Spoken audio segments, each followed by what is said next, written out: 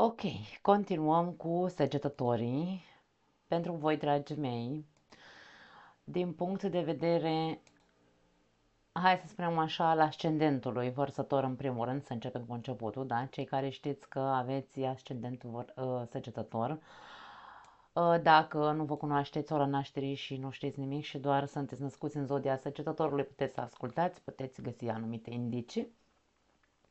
Însă dacă știți că berbecul, de exemplu, vă cade gradul 1 și 2 din berbec vă cade în casa 5, aici se potrivește în cazul vostru. Bun, în ceea ce îl privește pe Saturn și Neptun, putem să vorbim aici despre uh,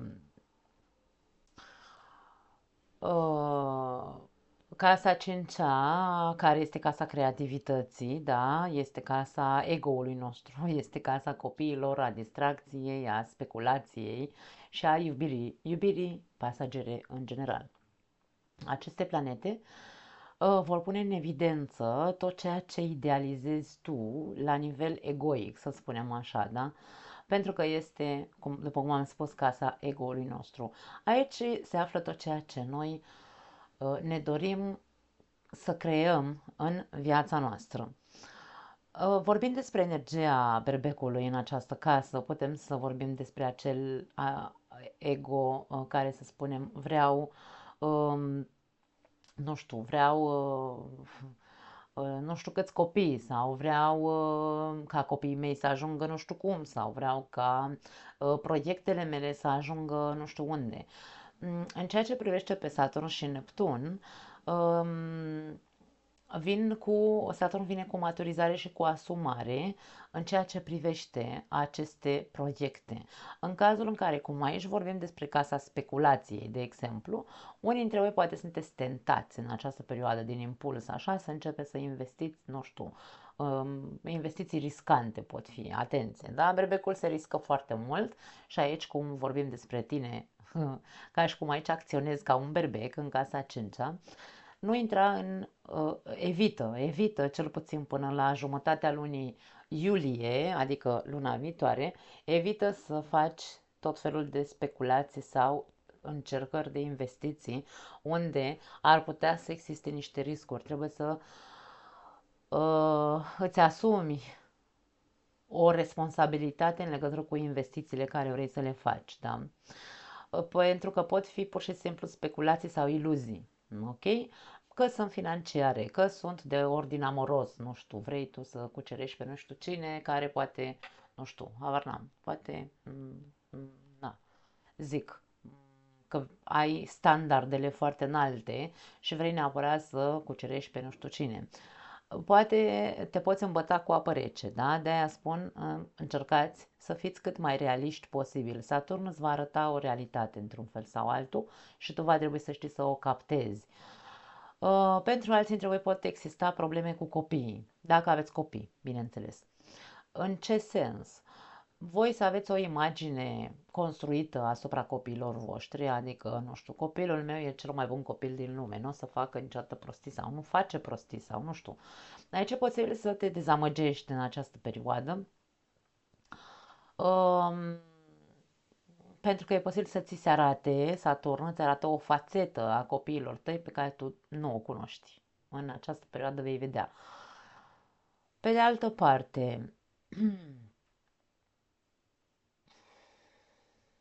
Saturn te va trece printr-un examen pentru a vedea cât de bine cunoști și cât de bine te cunoști pe tine, da?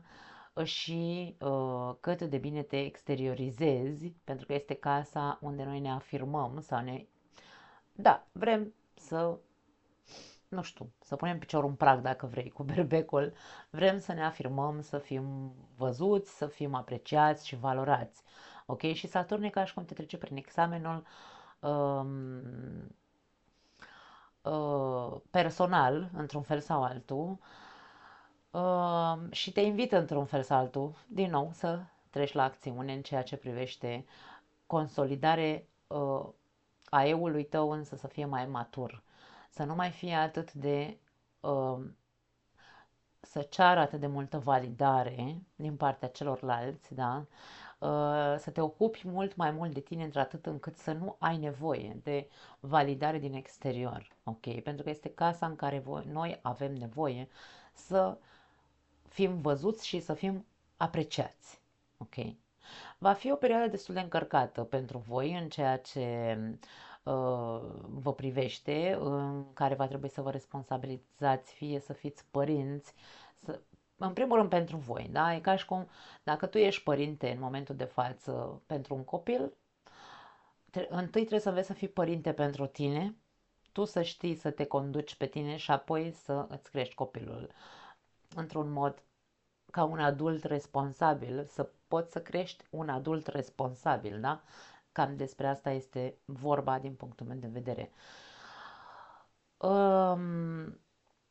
Trebuie să conștientizezi anumite aspecte în ceea ce te privește, în ca și cum vine către tine, vine în această perioadă, poate să vină pentru alții dintre voi, bineînțeles, nu are cum să fie pentru aceeași persoană tot ceea ce spun, însă pentru alții dintre voi trebuie să conștientizați anumite aspecte ale voastre în, în legătură cu un eveniment intens, emoțional, care poate veni în această persoană, în această perioadă, în legătură cu o persoană. Poate fi o experiență neplăcută pentru unii dintre voi, atenție, uh, însă e ca și cum uh, din acea experiență vei învăța ceva. Da? În general, cu un tranzit de genul ăsta între Saturn și Neptun în casa 5-a, majoritatea persoanelor încearcă să stea cât mai mult singure. Da? Este o carte, Doamne, am început să obosesc, o casă a individualității. Vorbim despre un semn zodiacal al individualității aici, berbecul. Tindem să ne interiorizăm și să fim destul de individualiști și egoiști, într-un fel sau altul, în casa 5, orgolioși, da, însă nu este un tranzit ușor în casa 5, însă este un tranzit care, chiar dacă vine cu probe și provocări în ceea ce ne privește la nivel personal și cu copiii, de exemplu, important este să nu vă izolați și să vă dați voie să treceți prin acele evenimente, chiar dacă nu sunt ușoare. Pentru că vom învăța destul de multe lucruri, da? Adică, na. Sunteți invitați într-un fel sau altul la o acțiune disciplinată. Berbecul înseamnă acțiune, Saturn înseamnă disciplină, Neptun înseamnă compasiune într-un fel sau altul, da?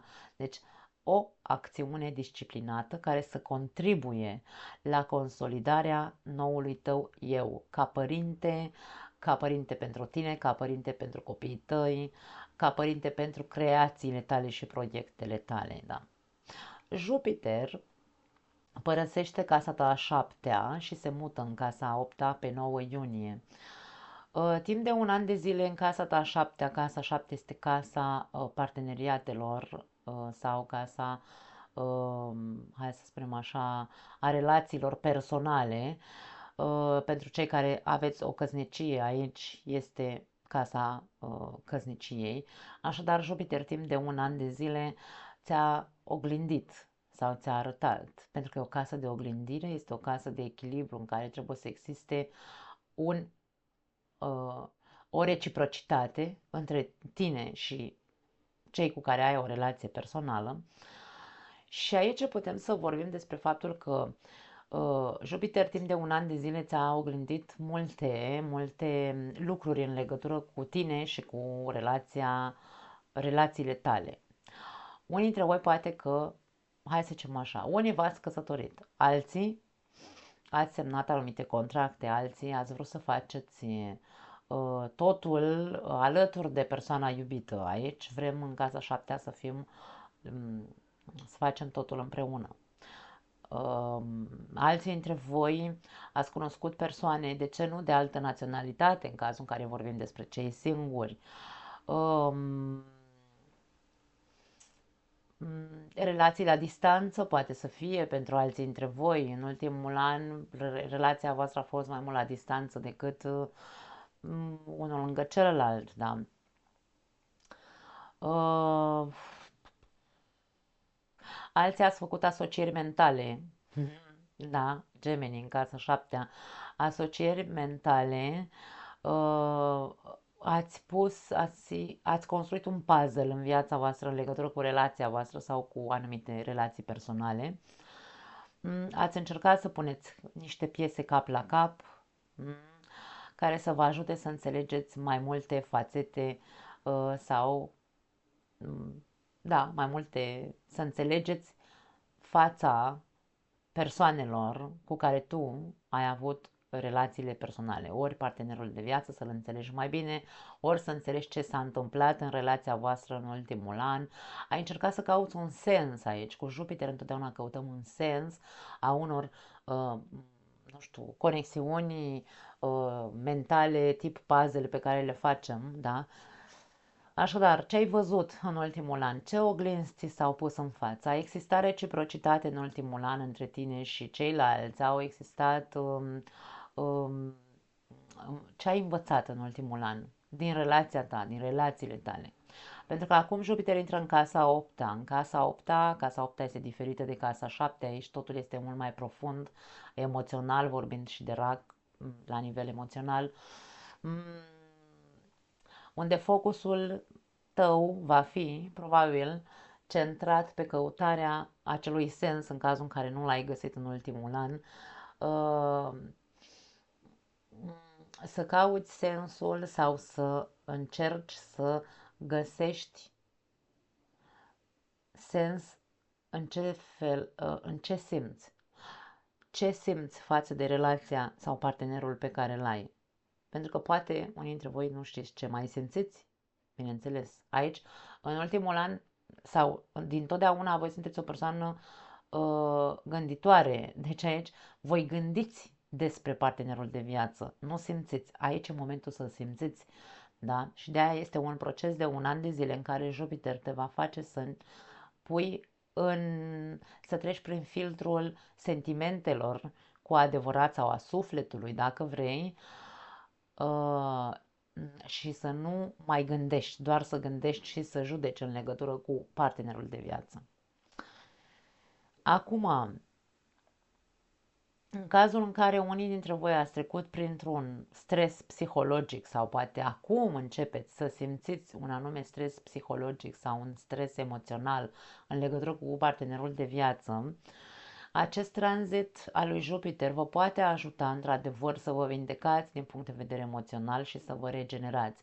Însă nu e aici nimic nu e gratis, pentru că nimeni nu vine, nicio planetă nu vine să ne facă munca noastră, da?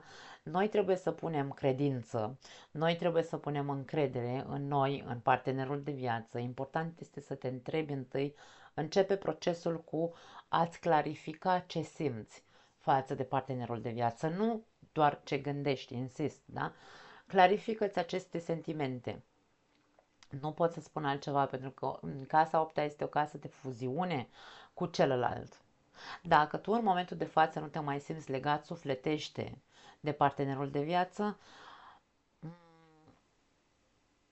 vei găsi, vei găsi răspunsuri. Jupiter îți va arăta, e ca o busolă într-un fel sau altul în tine, se va forma o înțelepciune care te va ajuta să-ți asculți sufletul cu adevărat ce simte în legătură cu relația pe care o ai. Aici, într-adevăr, vorbim doar despre partenerul de viață în legătură cu casa 8, da? Jupiter și Saturn, Jupiter, Saturn și Neptun formează quadratură, este deja formată, ține până pe 13 iulie, luna viitoare, așadar o lună jumate cât de cât este activă această quadratură. Tensiunea este pe teren emoțional între nevoia ta de validare, de ce nu, sau de a fi văzut și nevoia ta de a simți fuziunea față de partenerul de viață. E un fel de muncă interioară pe care tu trebuie să faci. Tu trebuie, aici, această tensiune, doar tu o poți rezolva, pentru că e doar despre tine. E nevoie să faci anumite ajustări necesare care să te, în primul rând, să te obligi singur. Nu știu ce ajustări tu simți, tu știi ce simți. Ce ajustări trebuie să faci ca să nu fugi în această perioadă de absolut nimic, să nu fii doar tu cu tine și atât. Sau doar tu cu copiii, atenție, și să-ți excluzi în totalitate partenerul, nici așa, da? Deci aici ai nevoie să faci o ajustare să nu fugi nici de ceea ce simți, nici de cei din jurul tău. Trebuie să găsești maniera în care să faci această ajustare. Uranus, care a petrecut 6 ani, ultimii 6 ani în casa ta a 6-a, se va muta în iulie, mai exact pe 7 iulie, în casa căsniciei, în casa parteneriatelor, da? Deci nu vei scăpa încă, atenție, va fi un alt proces de 7 ani aici cu Uranus. Însă e doar principiul acum, abia în iulie intră, va fi de-abia începutul, să spunem. O avantpremieră, la fel cum este cu Saturn și Neptun în casa ta a 5-a, la fel o avantpremieră și în casa a 7-a cu Uranus. Uh, Pentru unii dintre voi, în ultimii 6 ani de zile, probabil că ați avut parte de schimbări în ceea ce privește jobul. Mm, Alții dintre voi în partea de sănătate. Acum, că v-ați vindecat, că v-ați îmbolnăvit, voi știți. Într-un fel sau altul, s-au întâmplat lucruri în ultimii 6 ani pe plan de sănătate, da? Unii dintre voi poate a schimba firma la care lucrați. Lucrați în aceeași profesie, însă la altă firmă. Alții dintre voi v-ați răzvrătit față de vreun șef, nu știu, față de superiori. De ce nu? Poate fi și asta. Pentru că Uranus are această energie, ne aduce această energie de rebeliune, da? De rebeli.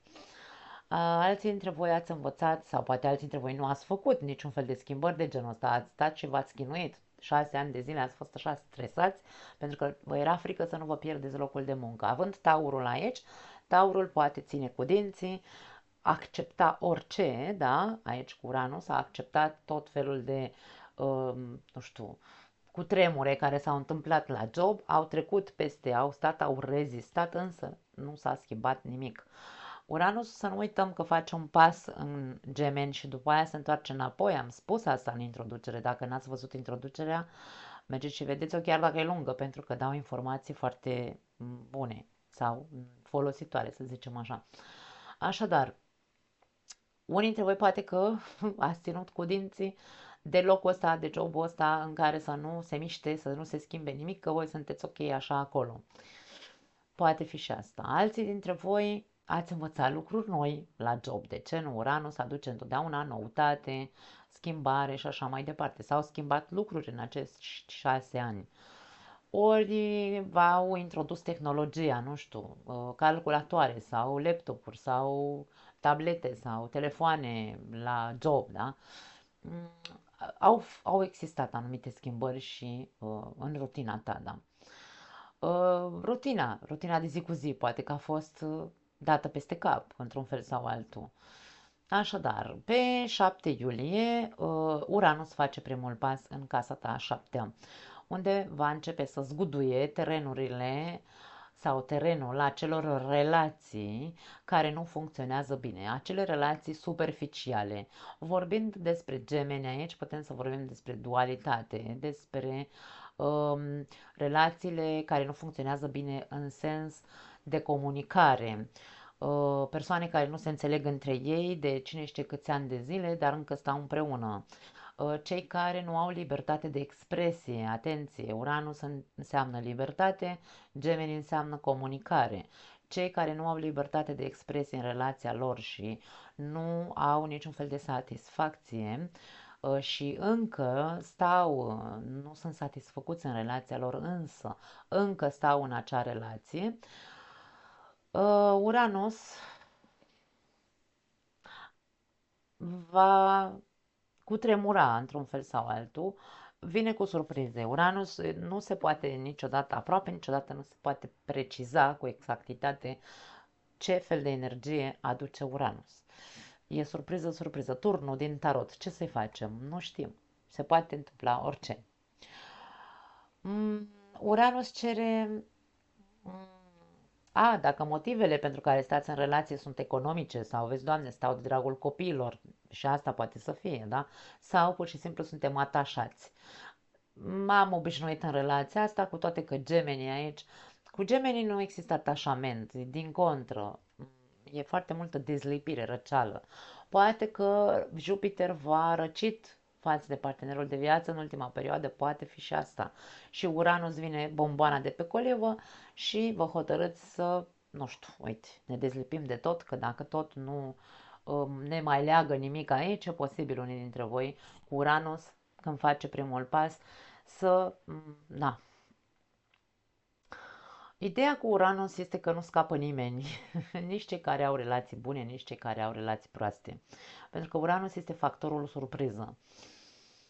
Mm, Pot exista și persoane care au relații ok, relații în care își respectă libertatea unui celuilalt, însă Uranus tot găsește el într-un fel sau altul ce să aducă. Da. Mm, Orice tranzit care are, hai să spunem așa, un tranzit de lungă durată, să spunem așa, mm, ceva va schimba. Ceva va schimba pe acolo pe unde va trece.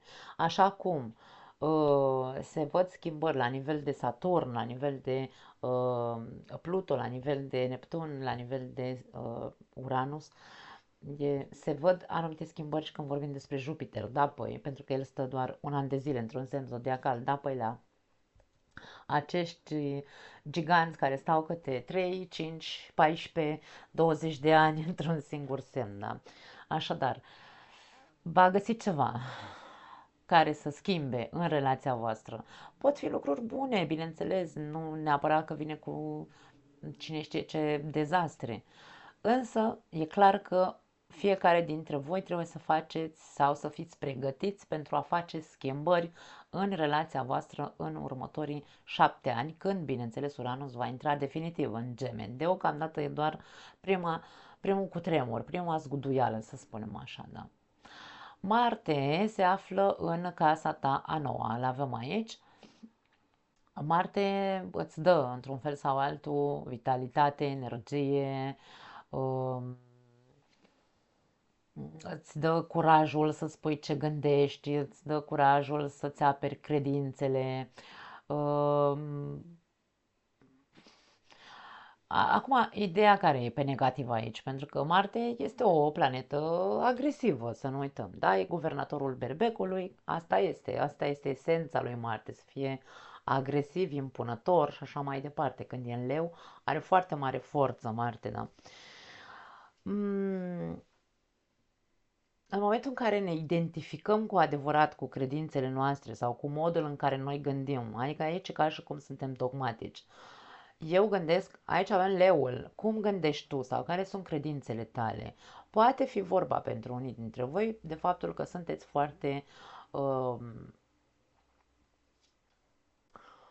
hai să spunem așa, credințele voastre sunt. Leul aduce foarte multă aroganță și orgoliu, da? Eu sunt mândru că sunt ortodoxă, de exemplu, să dau un exemplu, da?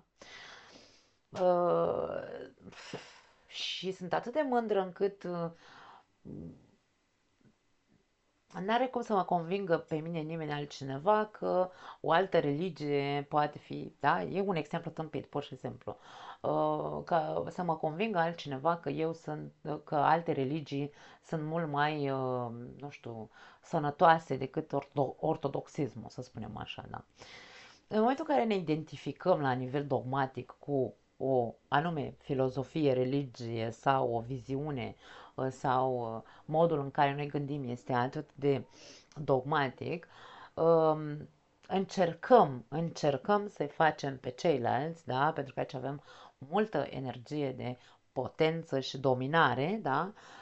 Să încercăm să-i facem pe ceilalți să creadă la fel ca noi. E ca și cum încercăm să le impunem aceeași viziune de viață, aceeași părere, aceleași gânduri, aceleași obiective.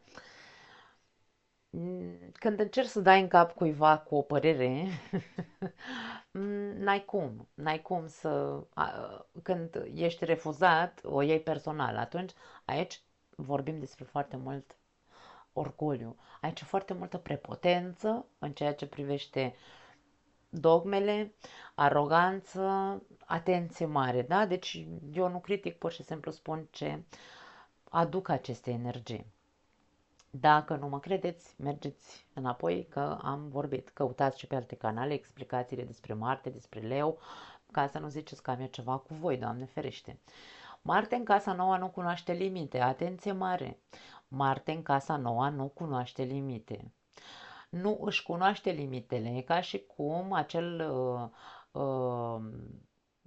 personaj care omoară în numele religiei, da? S-au întâmplat de-a lungul istoriei multe evenimente care au fost, cum a fost Inchiziția, de exemplu, omoară în numele religiei sau în numele credințelor lor, nu neapărat religie. Așadar, nu încerca să-i omori pe alții cu opiniile tale, nu încerca să te mai lași omorât, practic aici. Casa nouă este despre a învăța. Casa nouă este o casă care ne deschide către o viziune mai largă asupra vieții. Casa nouă este casa în care avem toate șansele să creștem din punct de vedere al mentalității, să ne expandăm, dacă vreți, mentalitatea. Da? Dar nu se poate expanda sau crește o mentalitate atâta timp cât suntem într-o energie arogantă în care credem că doar noi deținem adevărul suprem. Aici este cea mai mare problemă pe care o avem în casa nouă. Această configurație face Uranus din casa ta a șasea încă, cu Marte din casa nouă sunt în quadratură, formează o quadratură.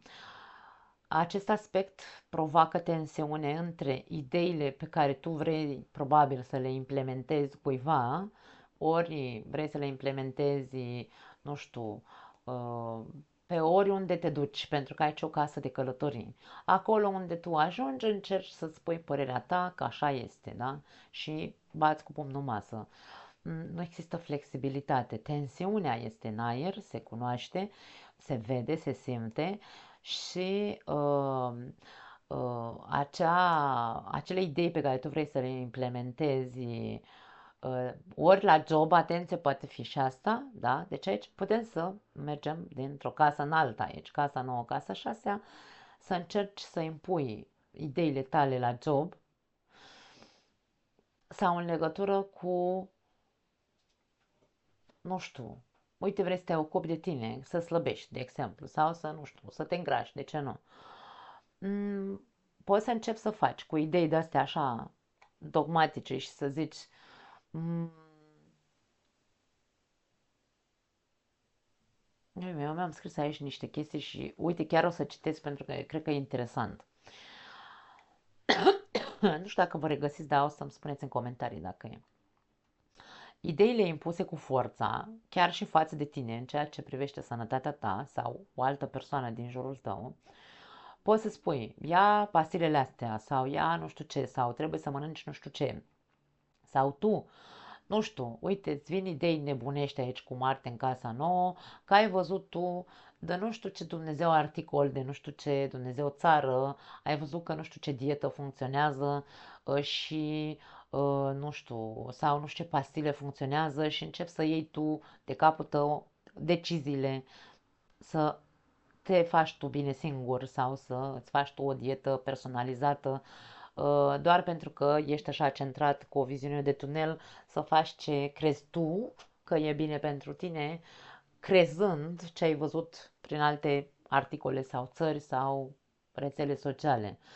Și ca și cum mai îți faci mai mult rău decât bine cu mâna ta, da? Deci aici e decizia ta, faci cum crezi, există aici pericol, există quadratură, tu știi. Acum, aș spune, pentru că casa nouă este o casă de călătorii lungi, cei care aveți sau sunteți obligați să faceți călătorii lungi, atenție la accidente. De ce? Pentru că de câte ori avem o quadratură, eu știu că mulți dintre voi nu vreți să auziți lucruri de genul ăsta, însă este doar o previziune, să zicem, să prevenim, să prevenim între Uranus și Marte, sau mă rog, planetele exterioare, fie Neptun, fie Uranus, fie Pluto, când intră în contact cu Marte, putem să vorbim despre accidente. Oricare dintre aceste trei planete. Da. Așadar aveți grijă. Până pe 17 iunie, pentru că pe 17 iunie Marte trece în Fecioară, până atunci, da, încercați să fiți cu ochii în patru, în trafic, nu vă avântați să călcați viteza la mașină sau să treceți peste limita de viteză. Fiți atenți și la cei din jurul vostru, pentru că nu neapărat că trebuie să fie vina voastră, poate să se întâmple ceva de genul. Mare grijă, da? Luna plină din Săgetător, bineînțeles aici, protagonistul vei fi tu, se întâmplă în casa ta întâi.